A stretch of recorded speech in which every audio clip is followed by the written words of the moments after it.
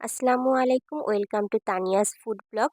প্রতিদিন যখন আয়োজন করে বিকালে নাস্তা বানানোর এনার্জি থাকে না, তখন চটজলদি এই ম্যাগি নুডলস রান্না করে ফেলি।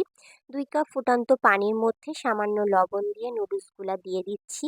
এখানে আমি নুডলসের পানিটা ফেলবো না, তাই সেই পরিমাণে পানি নিয়ে নিয়েছি। এইবার আমি একটা প্যানে চিলি ফ্লেক্স, পেঁয়াজ, কাঁচামরিচ দিয়ে এটাকে ভালোভাবে ভেজে নিব। এখানে আমি কোনো সস বা গোলমরিচ কিছুই অ্যাড করব না। একদম সিম্পলভাবে নুডলসটা রান্না করব।